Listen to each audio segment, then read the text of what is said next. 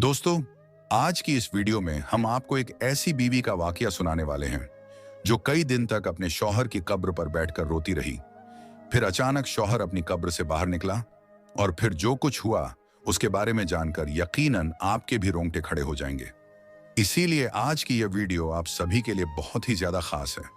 आप इस वीडियो को पूरा जरूर देखें और वीडियो को लाइक करने के साथ चैनल को सब्सक्राइब जरूर कर लीजिएगा।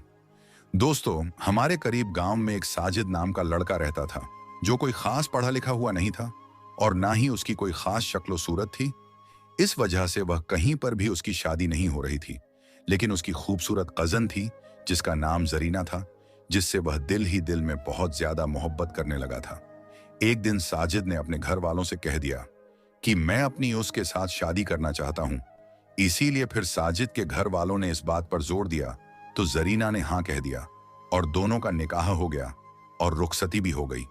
फिर जब जरीना साजिद के घर पहुंच गई और जब उसके साथ रहने लगी तब उसे यह पता चला कि यह लड़का तो वाकई में एक जाहिल इंसान है।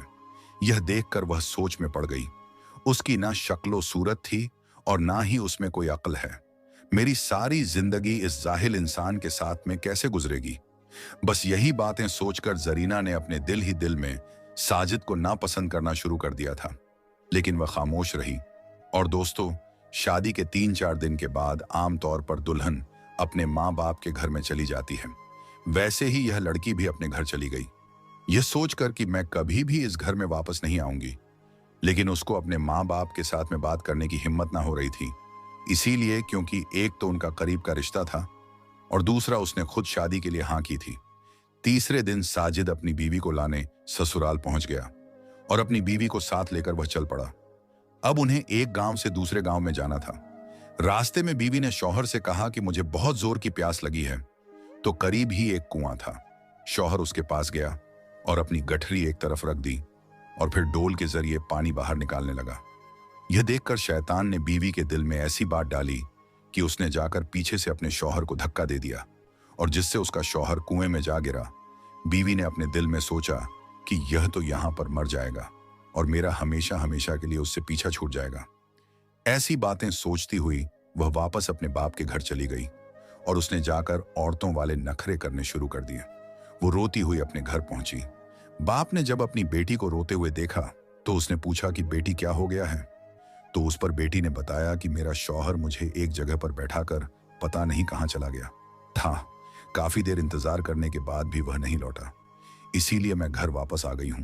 तो यह सुनकर बाप ने कहा, वह तो बहुत बड़ा बेवकूफ इंसान है, हमारी बेटी को इस तरह से कैसे लावारिस छोड़कर चला गया। तो प्यारे दोस्तों, यह तो हुई इधर की बात। अब उधर की बात सुनिए। जब उसका शौहर पानी में गिरा तो उसने अपनी जान बचाने के लिए अपने हाथ पांव मारे तो उसका एक हाथ उस रस्सी पर पड़ गया जिसके साथ में वह डोल बंधा हुआ था। उसने उस रस्सी को मजबूती से पकड़ लिया और इस तरह से वह कुएं से बच गया। थोड़ी देर बाद उसने हिम्मत की और आहिस्ता आहिस्ता उस रस्सी के सहारे ऊपर चढ़ता हुआ कुएं से बाहर निकल गया। बाहर आकर वह सोचने लगा कि आखिर मेरी बीवी मेरे साथ ऐसा कैसे कर सकती है। उसने मेरे साथ ऐसा क्यों किया होगा। मगर कोई बात नहीं, मैं दोबारा उसे लेने जाता हूं, शायद वह बदल जाए। दोस्तों, बस यही बातें सोचकर वह दोबारा अपने ससुराल चला गया। जैसे ही वह ससुराल के घर में दाखिल हुआ तो लड़की के माँ बाप ने उसे बहुत खड़ी खोटी सुनाई। कहने लगे, तू ऐसा बेअकल इंसान है कि हमारी बेटी को अकेला छोड़कर वहां से चला गया। तू तो बड़ा ही बेवकूफ लापरवाह इंसान है। हमारी बेटी को अगर कुछ हो जाता तो इस तरह से उसने जो कुछ कहा उसने खामोशी से सुना। फिर आखिर में सिर्फ इतना ही कहा, मुझसे बहुत बड़ी गलती हो गई है, अब आगे ऐसा नहीं होगा। आप अपनी लड़की को मेरे साथ भेज दें। जब लड़की के माँ बाप ने देखा कि इस बात पर वह बहुत ज्यादा शर्मिंदा हो रहा है तो फिर उन्होंने अपनी बेटी से कहा, कोई बात नहीं बेटी, अब तुम उसके साथ में चली जाओ, अब यह ऐसा नहीं करेगा। अब उसकी बीवी फिर से उसके साथ तो चल पड़ी, लेकिन उसके दिल में एक बात बार बार आ रही थी और वह सोचने लगी कि अगर यह अनपढ़ है, बेअकल है, उसकी शक्ल सूरत अच्छी नहीं है, पर उसने मेरे माँ बाप के सामने मेरी ऐब को छुपाया, उसका दिल बहुत बड़ा है। अगर आज यह मेरे माँ बाप के सामने मेरी हरकतें खोल देता तो मैं अपने माँ बाप को मुंह दिखाने के काबिल नहीं रहती। बस इस बात से बीवी के दिल में ऐसी मोहब्बत पैदा हुई कि वह अपने की पर बहुत ही ज्यादा शर्मिंदा हुई। उसने सच्चे दिल से अपने शौहर को अपना भी लिया। शौहर ने देखा कि उसकी बीवी अपने गे पर बहुत ज्यादा शर्मिंदा है और वाकई में उसमें काफी तब्दीली भी आ गई थी। इसी वजह से फिर अपनी बीवी के सामने उसने यह बात कभी दोबारा नहीं की। खैर, उसके बाद उन दोनों मियां बीवी में बेपनाह मोहब्बत ने जन्म ले लिया, और मोहब्बत भी ऐसी कि उन दोनों एक दूसरे के बगैर सांस भी नहीं लेते थे। फिर ऐसे करते करते कब 5 साल का वक्त गुजर गया कि दोनों को एहसास तक ना हुआ। बस अब दोनों की जिंदगी में अगर किसी बात की कमी थी तो वह थी औलाद की कमी। दोनों को नेक औलाद की ख्वाहिश थी, मगर हर कोशिश के बाद अल्लाह तबारक व ताला ने उनको औलाद से नहीं नवाजा। फिर एक दिन अल्लाह तबारक व ताला ने उनकी यह दुआ भी सुन ली। दोनों मियां बीवी के लिए वह बेहद ही खुशी का दिन था। जब बीवी को मालूम हुआ कि वहम है तो उसको ऐसा लगा कि जैसे उसकी जिंदगी मुकम्मल हो गई हो। लेकिन दोस्तों, अल्लाह तबारक व ताला को शायद कुछ और ही मंजूर था।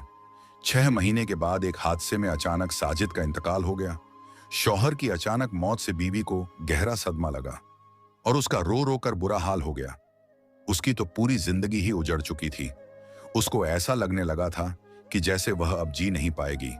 लेकिन उसके जीने की आस उसकी कोख में पलने वाला वह बच्चा था। अब उसको अपने उस बच्चे के लिए जीना ही था, क्योंकि बीवी अपने शौहर की आखिरी निशानी को न सिर्फ दुनिया में लाना चाहती थी, बल्कि उसे परवान भी चढ़ाना चाहती थी। शौहर को फिर कब्रिस्तान में दफना दिया गया। यह बीवी रोजाना अपने शौहर के कब्र पर जाती और वहां कुरान पाक की तिलावत करती थी। अब हर रोज कुरान पाक की तिलावत करना और रोना उसका मामूल बन गया था। कोई भी दिन ऐसा नहीं होता जब वह अपने शौहर की कब्र पर ना जाती थी। और इस तरह करते करते पूरे 9 महीने का वक्त बीत गया। तो अब वह वक्त भी आ चुका था जब उसका बच्चा कभी भी इस दुनिया में आ सकता था। एक दिन ऐसा हुआ कि बीवी अपने शौहर की कब्र पर बैठी रो रही थी, तो तभी अचानक से उसे शदीद दर्द होना शुरू हो गया। दर्द इस कदर तेज होने लगा कि वहीं पर अपने शौहर की कब्र के पास में गिर गई और मदद के लिए पुकारने लगी, मगर कब्रिस्तान में दूर दूर तक कोई भी दिखाई नहीं दे रहा था। जो उसकी मदद के लिए वहां पर आता, दर्द से उसे ऐसा लग रहा था कि जैसे उसका आखिरी वक्त आ चुका है। उसने अल्लाह तबारक व ताला से मदद के लिए दुआ की, या अल्लाह, मैं अपने शौहर की आखिरी निशानी को इस दुनिया में लाना चाहती हूँ। या अल्लाह, तू ही मदद करने वाला है। या अल्लाह, मेरी मदद फरमा। दर्द से तड़पते हुए बीवी को काफी वक्त बीत गया था, मगर वहां पर कोई भी उसकी मदद के लिए नहीं आया था। अब तो दर्द की वजह से उसकी आंखें भी बंद होने लगी थीं। उस पर मौत की कैफियत तारी होने लगी थी कि इतने में अचानक से किसी ने पीछे से आकर उसका हाथ थाम लिया। उसने अपनी रोती हुई आंखों से देखा तो उसके होश उड़ गए। उसने देखा कि उसका हाथ थामने वाला को कोई और नहीं, बल्कि उसका शौहर साजिद ही था, जिसे देखकर वह रोने लगी और कहने लगी, साजिद, आप मुझे माफ कर दें। मैं आपकी आखिरी निशानी दुनिया में लाने से पहले ही शायद दुनिया छोड़कर जा रही हूं। शौहर ने प्यार से अपनी बीवी के माथे को सहलाया और फिर उसको उठाकर वहां से चल पड़ा। फिर जब बीवी को होश आया तो उसने देखा कि वह एक सुनसान जगह पर थी और उसे एक बच्चे के रोने की आवाज सुनाई दे रही थी।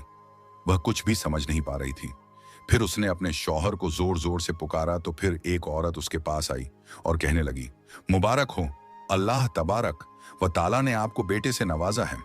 जरीना ने फौरन पूछा कि मैं कहां पर हूं, तो उस औरत ने बताया कि तुम बहुत बुरी हालत में थी। तुम्हें मेरे पास एक शख्स छोड़कर गया था। मैं इस गांव में दाई का काम करती हूं। अच्छा हुआ ठीक वक्त पर तुम यहां पर आ गई, वरना तुम्हारी और तुम्हारे इस बच्चे की जान भी जा सकती थी। जरीना ने पूछा कि वह शख्स कौन था, तो औरत ने कहा, उसने मुझे कुछ नहीं बताया, बल्कि उसने अपना चेहरा एक चादर से छुपा रखा था और तुम्हें मेरे हवाले करके पता नहीं वह शख्स कहां चला गया। प्यारे दोस्तों, वो अजनबी शख्स कौन था? उसका शौहर था या फिर कोई और? जरीना आज तक इस बात को समझ नहीं पाई, लेकिन हाँ, जो भी था वो अल्लाह की तरफ से गैबी मदद थी। उसने अपने बेटे को देखा और फिर सीने से लगाकर फूट फूट कर रोने लगी और अल्लाह का शुक्र अदा करने लगी। आज सालों बीत गए, लेकिन जरीना ने अपने शौहर की कब्र पर जाना आज तक नहीं छोड़ा। जरीना आज तक अपने शौहर को नहीं भूल पाई। वह खुश है कि उसके शौहर की आखिरी निशानी यानी कि उसका बेटा उसके साथ में है।